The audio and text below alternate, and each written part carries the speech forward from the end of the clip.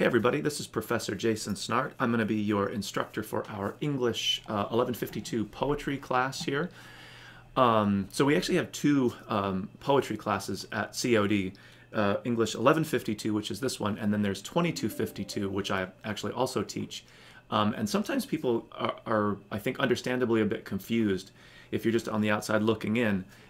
This poetry class is really more the analysis of poetry.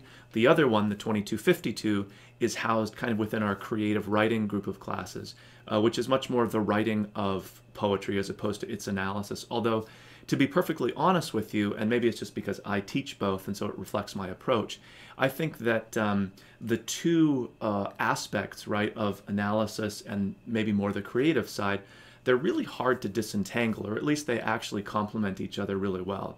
So hopefully what you'll find is that, first of all, you're in the right kind of course, more focused on reading and analysis of other work, as opposed to creation of your own poetry. But hopefully you'll find that there's lots of opportunities to be fairly creative within our course. So it's not just we're going to read a poem and then write like an essay or a paper about it and then read another one and write another paper and et cetera, et cetera. It's boring for you. It's boring for me. Your mind just goes into like churn out paper mode. So there's no opportunity to really, I think, meaningfully engage with the works that we're reading. So yes, it's an analysis course, but hopefully with lots of creative ways that we engage with the poetry and actually a few opportunities to write our own work. Okay, so online course here, I do lots of these little video check-ins, mostly screenshots, right, walking us through some, important places in our course, kind of figuring out where we're at as far as maybe due dates and all that kind of stuff.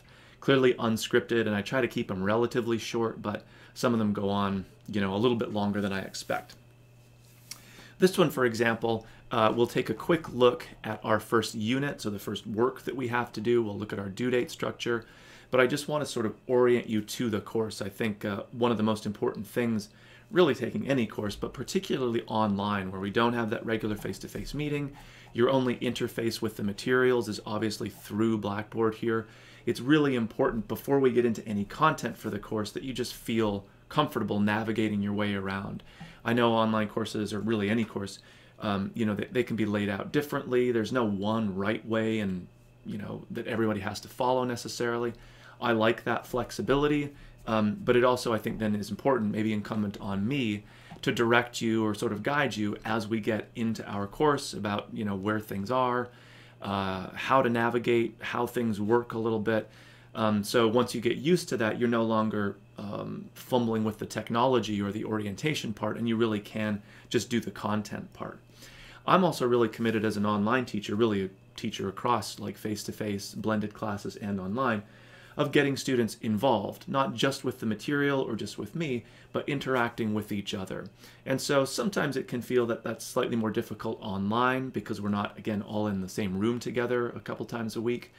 But I think the online format actually offers us some opportunity to get more deeply involved, more directly involved, more comprehensively involved, where everybody is sort of participating. I'm sure you've been in classes where you can tell that people are there in body, but they're hardly participating or engaging. So it's easy to be that way in a face-to-face course, just like people, I think, stereotype the online experience to be. Ironically, it's kind of like harder to hide in the online piece because you're accountable for, posting or replying or doing the work on a regular basis. Okay, so getting people situated, oriented is really important to me right here, but also this ongoing sense of like we're a community here for our course. We're not just individual learners interacting with text and then, you're just producing work for me. It's supposed to be a lot more than that. Okay, so very first, right off the bat here, everyone will need a Google account. Tons of people have them already. So if you use Gmail, right, that's a Google product. So that credential that you sign into your Gmail with, you can use for any of the Google stuff that we do. If you don't have an account, you can sign up for one here, but we do need it we're going to be keeping an e-portfolio that we'll use Google Sites for. We'll use either Slides or Docs or other Google applications. So the first thing to do, if you don't have a Gmail or Google account already, is to go ahead and create one for yourself. You can check out our syllabus kind of for an ongoing check-in, the general stuff, right? Our course objectives that we'll return to throughout. There's no textbook for our course. I've been able to provide everything online, legally too, without breaking copyright laws. Let's see, late work, a lot of the stuff you can check into Blackboard, incompletes, plagiarism, blah, blah, blah, the usual stuff that we're told, some access and accommodation. And then you'll obviously see what's missing here is like a day-to-day schedule. That is all bundled into our due dates link here. So again, you can read through the syllabus for kind of generic course policy stuff, but it's not necessarily a document that you'll have to return to on a repeated basis for our course. All right. You could also then look at, let's see, the My Grades will take you to your grades once those start happening. Some information about discussion board grading, right? Again, you can take some time to read this. I've tried to lay out some generic guidelines, but because every discussion board we do is a little bit different, the topic's different, maybe the tone or formality level is different, it's hard to give exact descriptions of like what's a perfect discussion board, what's a less than perfect, and et cetera, et cetera. Obviously, I notice the time that it takes between entries maybe, or if you're posting right up against the due date all the time, I do wonder about time management and how much time you're investing in the work. But of course, I'm just going primarily off of the, for lack of a better term, sort of the depth of the post that you're creating, what appears to be the investment of time, right? Not just some broad, generic, off-the-cuff kinds of things, but pulling together things that we've covered in the course, readings that we're doing, maybe other work that we've done, right? So kind of drawing together multiple threads usually makes for both a more time-intensive post, obviously, but of course that pays off because it is kind of more in that exemplary category. Effective, baseline, right, just barely getting the thing done. And then incomplete or late is 0. So obviously time management is a huge piece of what we're doing here. Again, you can review this, right, when you get a chance. Let's see. I have a virtual office set up, so it's sort of like empty unless we make an appointment, and then we just can meet in there. So if you're not on campus, or it's just inconvenient for you to get to campus, we can always connect in real time through my virtual office. This is really good for like a screen sharing opportunity where if you're having some technical issue or just have questions or something you want to talk about more directly, it's a nice way to connect. And then of course, I'm full-time here on campus, so we can make a face-to-face appointment. Just shoot me an email and we'll find a time that's convenient. You can send email, check your email. Let's see, library resource, Blackboard help. Again, pretty standard stuff. Really, once we get into the heart of our course, the two most important links are going to be the units link, which obviously lays out, right, everything that we're doing in a kind of, I don't want to call it week by week exactly, but it does kind of work out that way. But a unit by unit, right, kind of a thing. You can get a sense of sort of what we're doing by the title, but obviously you need to get in there to figure that out. And then of course the due dates link is going to be really important too. So this coordinates with each of the units.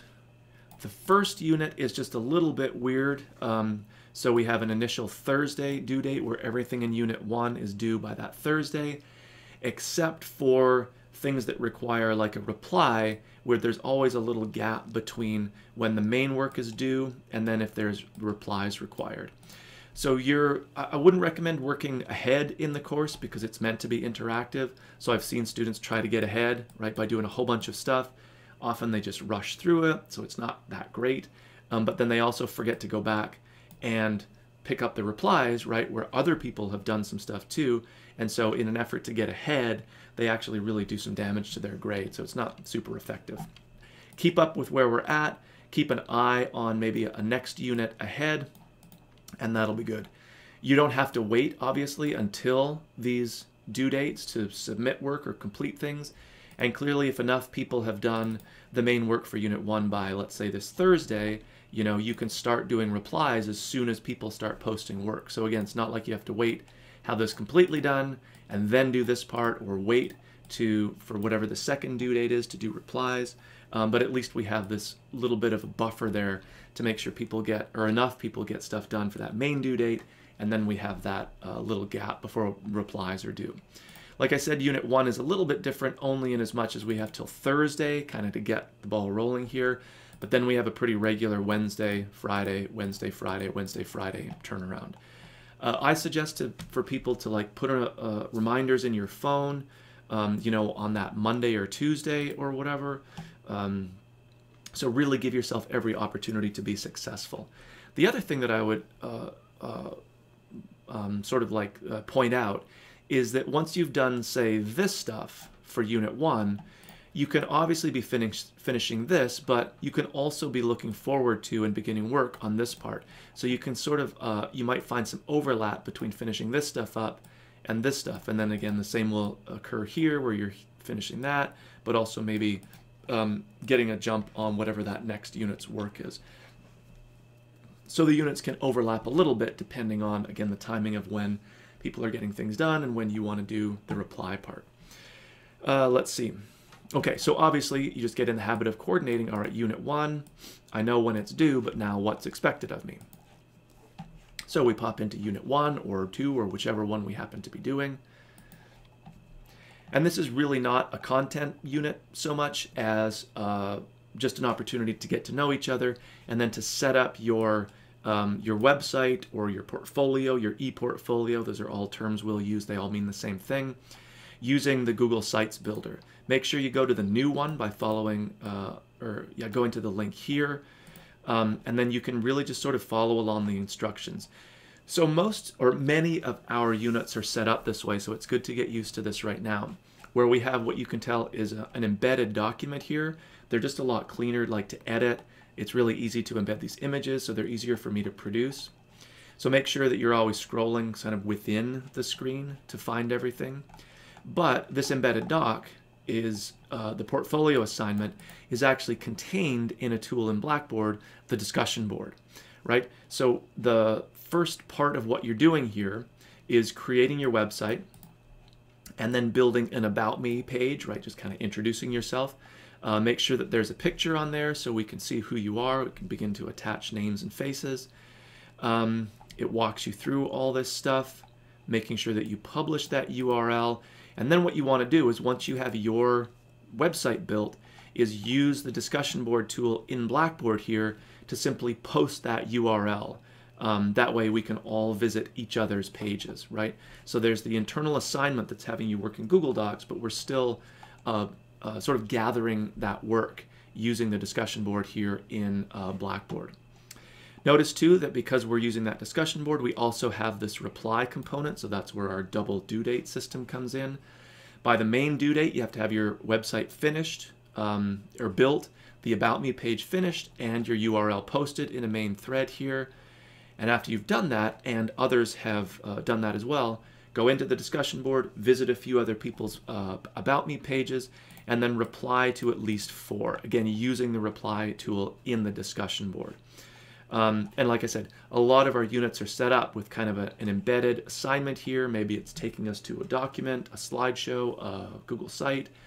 Maybe it's just a discussion board. But that big assignment, if it's not a discussion board itself, often will point us back to a discussion board internally to Blackboard here to gather all that work. Okay, so it may seem a little clunky or like unnecessarily complicated, but it actually works quite well, and once you get used to it, it'll be something that you don't even really think about anymore.